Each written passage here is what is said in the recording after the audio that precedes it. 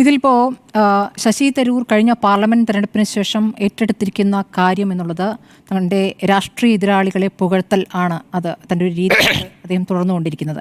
അതിന് അദ്ദേഹം പറയുന്ന വാക്ക് ക്രിയാത്മക രാഷ്ട്രീയം, തൻ്റേതൊരു ക്രിയാത്മക രാഷ്ട്രീയം എന്നാണ്. അദ്ദേഹം ഒരേ സമയം രാഷ്ട്രീയ നേതാവായിരിക്കുകയും ഒരേ സമയം വിശ്വപൗരനായിരിക്കുകയും ഓരോ ഘട്ടങ്ങളിൽ എടുത്തണിയാവുന്ന കുപ്പായം ഇങ്ങനെ മാറി മാറി അണിയുകയാണ് ചെയ്യുന്നത്. അങ്ങനെ ചെയ്യുമ്പോഴുള്ള പ്രശ്നം അദ്ദേഹം പ്രതിനിധാനം ചെയ്യുന്ന രാഷ്ട്രീയ പാർട്ടി പ്രതിരോധത്തിലാകുന്നു എന്നുള്ളതാണ്. അപ്പോൾ ഉണ്ണിമാനഷൻ ചൂണ്ടിക്കാണിച്ച അന്താരാഷ്ട്ര സമീപനം, അതായത് ഈ യുദ്ധങ്ങളോടുള്ള ലോകരാഷ്ട്രങ്ങളുടെ സമീപനം, അതിലൊന്നും ഒരു പുതുമയുമില്ല. ഇപ്പോൾ പലസ്തീൻ ഇസ്രയേൽ വിഷയത്തിൽ പല ഘട്ടങ്ങളിൽ ഇസ്രയേലിനൊപ്പം നിൽക്കുകയും ഒരു ഘട്ടം വരുമ്പോൾ ഞങ്ങൾ മാധ്യസ്ഥം വഹിക്കുന്നു എന്ന നിലപാടെടുക്കുകയും ചെയ്യുകയാണ് അമേരിക്ക ചെയ്യാറുള്ളത്. പക്ഷേ അപ്പോഴും അത് ഇസ്രയേലിന് അനുകൂലമായി തന്നെയാണ് ആ സമീപനം വരാറ്. ഇപ്പോൾ ഇന്ത്യയെ സംബന്ധിച്ചാവുമ്പോൾ ഇന്ത്യയിൽ അറഫാത്ത് ഇങ്ങോട്ടേക്ക് അതിഥിയായി വന്ന ഒരു കാലം ഉണ്ടായിരുന്നു. പിന്നീട് UPA കാലത്ത് തന്നെ ഇസ്രയേലിൽ നിന്ന് ആയുധങ്ങൾ വാങ്ങുന്നു, അത്തരം കരാറുകളിലേക്ക് പോകുന്നു. ഇതൊക്കെ സംഭവിച്ചിട്ടുണ്ട്. അപ്പോഴും യുദ്ധം എന്നൊരു വിഷയം വരുമ്പോൾ, അല്ലെങ്കിൽ ഗാസ മുനമ്പിൽ വലിയ രീതിയിൽ ചോര വീഴുന്ന സമയം വരുമ്പോൾ അതിനെ അപലപിക്കുക, അതിൽ വേദനിക്കുക, ഇത്തരം പ്രതികരണങ്ങൾ ഇന്ത്യയിൽ നിന്നുണ്ടാകാറുണ്ട്. ഇടപെട്ടുകൊണ്ട് ഇതൊന്ന് അവസാനിപ്പിക്കൂ എന്നൊരു വാക്കെങ്കിലും ഉണ്ടാകാറുണ്ട്. ഇപ്പോൾ BJP അധികാരത്തിൽ വന്ന ശേഷം അത്തരം പ്രതികരണങ്ങൾ ഉണ്ടാകാറേ ഇല്ല എന്നുള്ളതാണ്. ഇപ്പോൾ 2022 യുക്രൈൻ റഷ്യ യുദ്ധം തുടങ്ങുന്നത്. ആ സമയത്ത് യുദ്ധത്തെ അപലപിച്ച് വിവിധ രാഷ്ട്രങ്ങൾ, ലോകരാഷ്ട്രങ്ങളിൽ തന്നെ പല രാഷ്ട്രങ്ങളും പല സമീപനം എടുത്തിട്ടുണ്ട്. അതിലൊക്കെ അവർക്ക് അവരുടേതായ രാഷ്ട്രീയമായ കാര്യങ്ങൾ ഉണ്ടാകാം. പക്ഷേ യുക്രൈനിൽ ഒരുപാട് കുഞ്ഞുങ്ങളടക്കം മരിച്ചു വീഴുന്ന ഒരു സാഹചര്യം ഉണ്ടാകുകയും യുക്രൈൻ നിരായുധരാകുകയും ചെയ്യുന്ന ഘട്ടത്തിൽ നിർത്തൂ എന്ന് പറയാൻ പല രാജ്യങ്ങളും തയ്യാറായ സമയത്ത് നമ്മൾ മിണ്ടിയിട്ടില്ല. റഷ്യയെ എതിർത്ത് ഒരു വാക്ക് പറയാൻ തയ്യാറായിട്ടില്ല. അപ്പോൾ എന്താണ് അന്ന് ശശി തരൂർ പറഞ്ഞത്?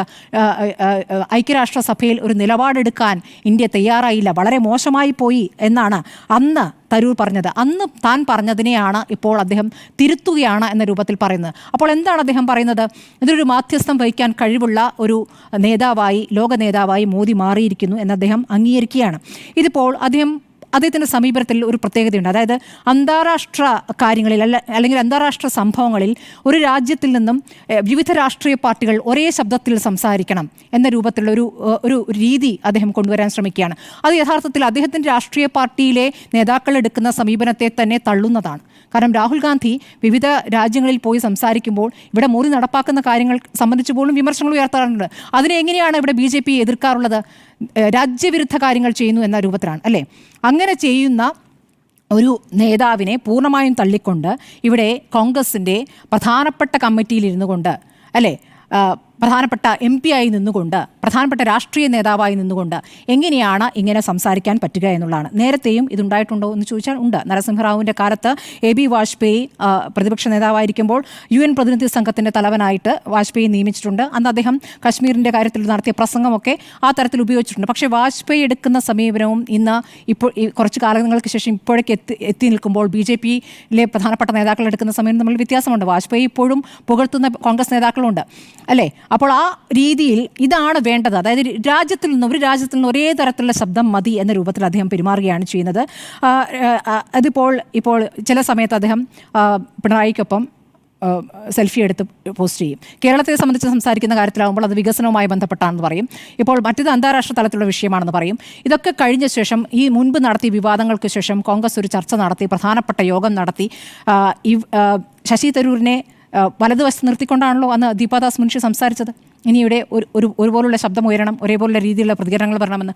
അപ്പോൾ പാർട്ടിയെ പൂർണ്ണമായും പ്രതിരോധത്തിലാക്കുന്നു. ഇനി അങ്ങോട്ട് എന്ത് സമീപനമാണ് പ്രതിപക്ഷം എന്ന നിലയ്ക്ക് എടുക്കേണ്ടത് എന്ന കാര്യത്തിൽ പോലും ഒരു സമീപനമില്ലാതെ ഇവിടെ യഥാർത്ഥത്തിൽ കേരളത്തിനും ഒരു പ്രധാനപ്പെട്ട ചുമതല അദ്ദേഹത്തിന് നൽകുന്നു എന്ന രൂപത്തിലുള്ള വിവരങ്ങൾ നമുക്ക് പുറത്തേക്ക് വന്നതാണ്. അദ്ദേഹത്തിൽ നിന്ന് ഒരു കാര്യം ചെയ്താൽ നമ്മൾ അറിഞ്ഞിട്ടില്ല, നമുക്കൊന്നും അറിയാൻ കഴിയുന്നില്ല. പക്ഷേ അദ്ദേഹം ഇപ്പോൾ അന്തർദേശീയ കാര്യങ്ങൾ സംസാരിക്കുമ്പോഴും അദ്ദേഹത്തിൻ്റെ സ്വന്തം പാർട്ടിയെ പ്രതിരോധത്തിലാക്കുന്ന ഒരു സമീപനമാണ് എടുക്കുന്നത്. അങ്ങനെ ചെയ്യുമ്പോൾ ഈ ക്രിയാത്മക രാഷ്ട്രീയം യഥാർത്ഥത്തിൽ കോൺഗ്രസിന് ഗുണം ചെയ്യുന്നുണ്ടോ എന്ന് കോൺഗ്രസ് നേതൃത്വമാണ് ആലോചിക്കേണ്ടത്. ഈ ക്രിയാത്മക രാഷ്ട്രീയം ഏത് തലം വരെ എത്തും? ഈ ക്രിയാത്മക രാഷ്ട്രീയം അദ്ദേഹത്തിന് ഗുണം ചെയ്യുന്ന ക്രിയാത്മക രാഷ്ട്രീയമാകണമെങ്കിൽ അദ്ദേഹം അങ്ങനെയാണെങ്കിൽ BJPയിലേക്ക് പോകട്ടെ. BJP പുകഴ്ത്തുന്നുണ്ടല്ലോ. ഇപ്പോൾ കേരളത്തിൻ്റെ ഠാവട്ടത്തിൽ നിന്നുകൊണ്ട് ഇടതുപക്ഷത്തെ പിന്തുണച്ചുകൊണ്ടുള്ള അദ്ദേഹത്തിൻ്റെ വലിയ സ്വപ്നങ്ങൾക്ക് ഒരു പക്ഷേ എന്താ പറയുക, ഗുണം ചെയ്യില്ല. അപ്പോൾ അദ്ദേഹത്തിന് ഗുണം ചെയ്യുന്ന രൂപത്തിൽ അദ്ദേഹത്തിന് വേണമെങ്കിൽ BJPയിലേക്ക് പോകാം. ഈ ക്രിയാത്മക രാഷ്ട്രീയം നന്നായി തുടരുകയും ചെയ്യാം.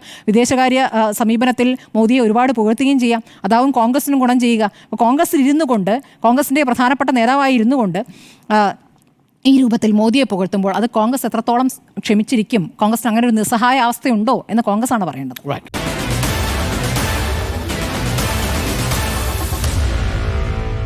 Meet the editors.